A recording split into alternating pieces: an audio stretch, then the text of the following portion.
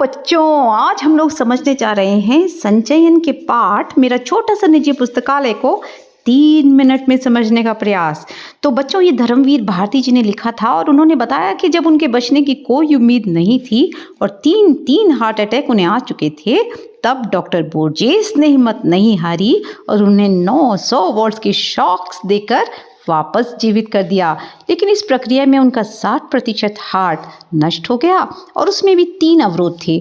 ऐसी अर्ध मृत्यु की हालत में जब उन्हें घर वापस लाया गया तो उन्होंने कहा कि वो अपने किताब वाले कमरे में ही रहेंगे। और इस तरह से वो बताना शुरू करते हैं कि उन्होंने संकलन की शुरुआत कैसे की। अब उनके पिता की सरकारी नौकरी थी, उनके घर में बहुत सी किताबें आती थी, आर्यमित्र साप्ताहिक, वेदोदम, सरस्वती, गृहिणी और ख़ास तौर से बाल पत्रिकाएं, बाल सखा और चमचम, जिसे पढ़ने का उन्हें खूब शौक था।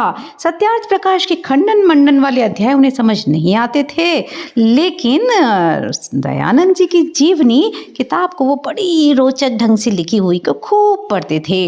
उन्होंने अपने पिता से वायदा किया था कि वो स्कूल की किताबें भी पढ़ेंगे ताकि माँ की चिंता दूर हो जाए। और इस तरह से उन्होंने खूब मेहनत की और 5वीं कक्षा में फर्स्ट आए।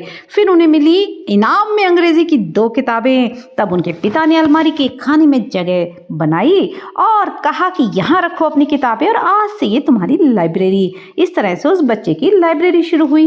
लेकिन उन्होंने अपने जीवन की पहली साहित्यिक पुस्तक अपने पैसों से तब खरीदी जब वो बीए की सेकेंड हैंड किताबें खरीदने गए और इंटर की किताबें बेच दी।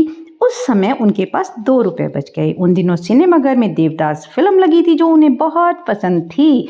माँ ने भी उन्हें अनुमति दे दी, तो किताबों के बचे हुए 2 रुपयों से वो पिक्चर देखने चले गए।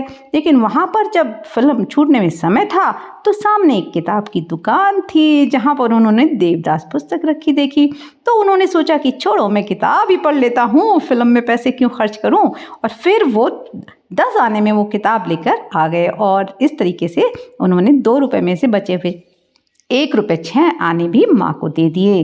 और इस तरह से उनकी निजी लाइब्रेरी शुरू हुई, जिसमें बाद में उन्होंने अपनी पढ़ाई के दौरान, अपनी नौकरी के दौरान ढेरों किताबें जमा की। और इस तरह से उनकी लाइब्रेरी के प्रति उनकी रुचि बढ़ती चली गई। वो बताते, जब मैं बीमार हुआ था तब बिंदा जो वरिष्ठ कवि थे वो मेरे पास आए और उन्होंने मेरे से कहा था कि भारती, ये सैकड़ों महापुरुष हैं जो किताबों के रूप में तुम्हारे चारों तरफ विराजमान है ना, इन्हीं के आशीर्वाद से तुम बचे हो। और इस तरह उन्होंने उन महापुरुषों और उस पुस्तकों को प्रणाम किया। तो बच्चों, ये मुख्य बातें हैं जो इस पाठ में आपको पढ़नी है। एग्जाम टाइम में क्विक रिवीजन के लिए बहुत अच्छा है। चलिए बच्चों के बाय बाय, जय भारत।